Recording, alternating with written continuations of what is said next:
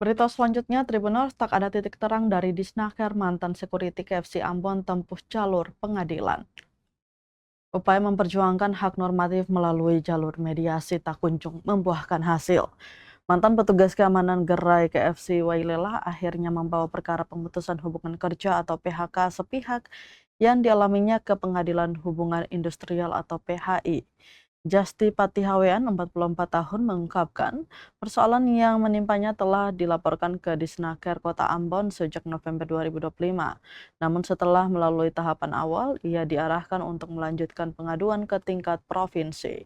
Meski berbagai upaya telah ditempuh, ia menilai pihak perusahaan tetap tidak menunjukkan itikat baik untuk memenuhi kewajiban terhadap dirinya sebagai pekerja yang di-PHK. Dalam proses mediasi kedua di Disnaker Kota Ambon, Patihawean menyebut Vence Lopulalan, pimpinan PT Gemilang Berkat Usaha Tamarin, sempat menyanggupi membayar 1 bulan gaji sebagai bentuk penyelesaian.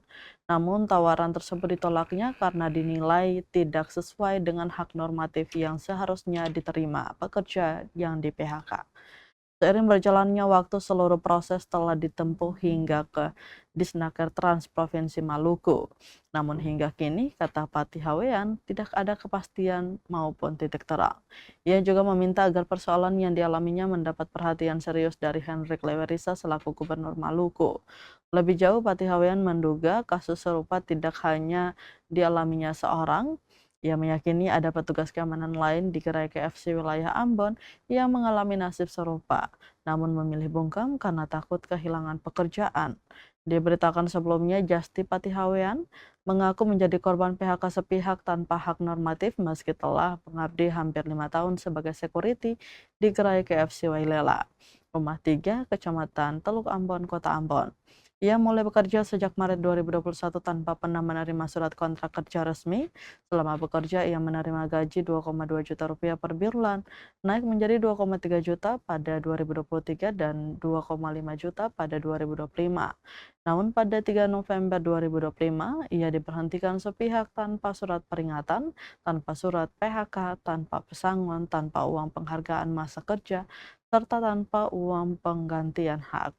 Ia juga mengaku tidak pernah didaftarkan sebagai peserta BPJS Ketenagakerjaan. Alasan pemecatan yang diterimanya pun dinilai sepele, yakni karena dianggap tidak menjaga area parkiran.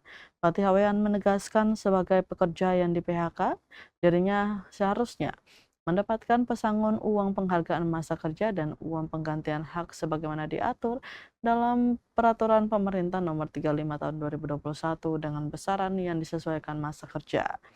Hingga berita ini diterbitkan, tribunambon.com telah berupaya mengkonfirmasi pimpinan PT Gemilang Berkat Usaha Tamarin, Vence Lopulalan, namun belum direspon. Kemudian manajer KFC Wailela Yani Paliyama yang dihubungi tribunambon.com juga belum merespon. Bahkan saat didatangi di KFC Wailela, karyawannya mengatakan Paliyama masih sibuk Zoom meeting.